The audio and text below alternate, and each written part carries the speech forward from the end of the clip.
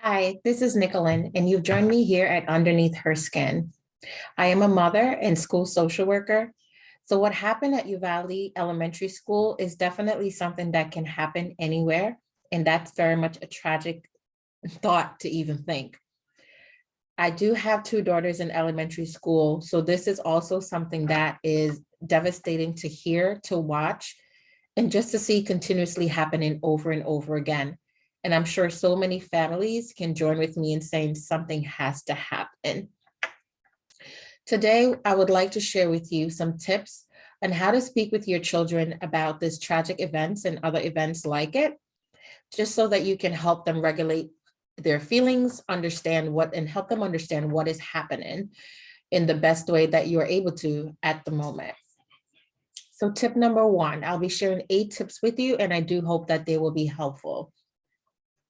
Tip number one, and I'm going to read from my phone. Check in with your child and talk to them about their concerns. Even though they are young, what they're seeing on the media may very well be concerning for them, and they will have questions. Mental health professionals advise that the first things parents should do to make sure their child or adolescent knows that they are willing and available to talk with them. Always start with asking your child or teen what they've already heard or know about the event that took place. Families can help their child to identify their feelings about the shooting. And a great way to do that is to model expressing how you feel about the event. For example, you can say, I'm feeling worried about the families in Texas. How are you feeling right now? And then help your child find ways to cope with those difficult feelings, such as talking about people who help in such tragedies. Tip number 2, give kids reassuring facts about their safety. Parents should immediately reassure children that they are safe, a practice that extends to all trauma survivors. With young children, adults can explain that what all adults are doing to make sure that they are safe, such as locking doors and conducting emergency drills when they're at school.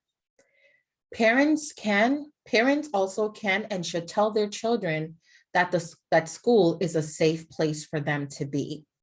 And in later tips, I'll explain to you that sometimes students or children will start to avoid going out in public or even wanting to go to school because they're fear for their lives.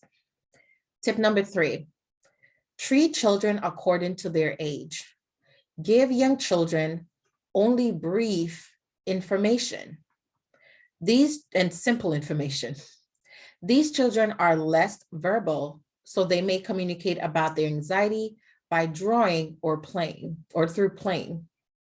Answer their questions with specifics, but do not overload them and give them more information that their little minds are able to manage at that time.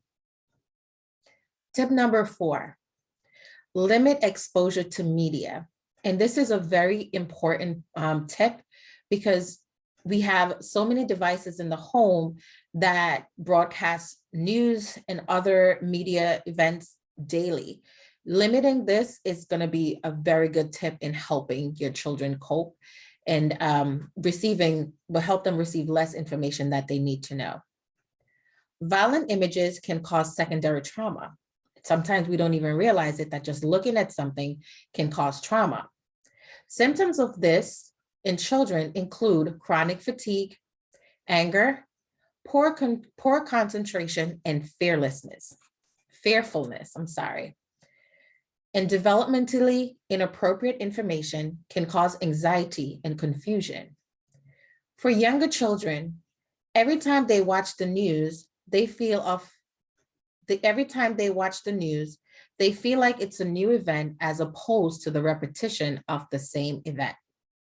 It is important for them not to watch too much media. Tip number 5, model healthy behavior. Children pick up on everything their parents are saying and doing. And oftentimes we can be on the phone or we can watch something and we're not realizing how it's impacting our children or our loved ones. So please be mindful of what we do when we are around them. Parents can set an example by turning off the television, radio, or social media. It can be constructive for parents to acknowledge that constantly watching or hearing about violent events makes them feel anxious or fearful. And this will also help to validate some of the feelings your child may be expressing as well. Tip number 6, maintain routines. And this is very important so that children can know that in spite of what has happened, we are to continue on with our day-to-day activities and what we normally would do. So sticking to a regular routine can be reassuring and can help children and teens maintain a sense of normalcy. Tip number 7, have a plan. Review safety procedures at school and at home. And when I read this tip, this was something that stood out to me because I know certainly at schools, various drills are done. However, when we are home, we often do not have like safety measures in place in any event something were to happen. So this is a good time to start practicing drills at home as well as they are done during our schools. So examples of this is letting children know whom to call in the case of an emergency, where to meet, how to communicate in case of an emergency as mentioned, as this will help children feel secure and know that the adults are in control. And tip number 8, observe your child's emotional state and seek help if necessary. Most children are resilient and will not experience long-term symptoms after a one-off event. So please make sure that when you're in a state of an emergency, in an event like this, your child may be experiencing differences in their emotional well-being, their behavioral well-being. It is imperative that parents do monitor and take notice of what is happening. So definitely watch for changes in behavior, mood, appetite, or sleep. You should also look for any avoidance in going to school or going out in the public in general, such as, they want to just isolate. They don't want to involve in any social activities. And you may also see increase in tantrums or behavior, as mentioned before. I do hope that these tips are helpful. I will definitely list them in the description box. I will also send a video and also a link to another website that do provide additional information about what you can do to help your loved ones or your students who have experienced this tragic event, as well as who have been watching it or heard about it from the media or even just colleagues in school and peers alike. Thank you so much again for joining me here today. And again, my heart goes out to the Uvalde families and the community. And I do hope that in time things will get better. And I hope that our political authorities will definitely do the right thing and put a stop to gun violence. Thank you so much and have a great day. And thank you so much for joining me here again at Underneath Her Skin. Thank you.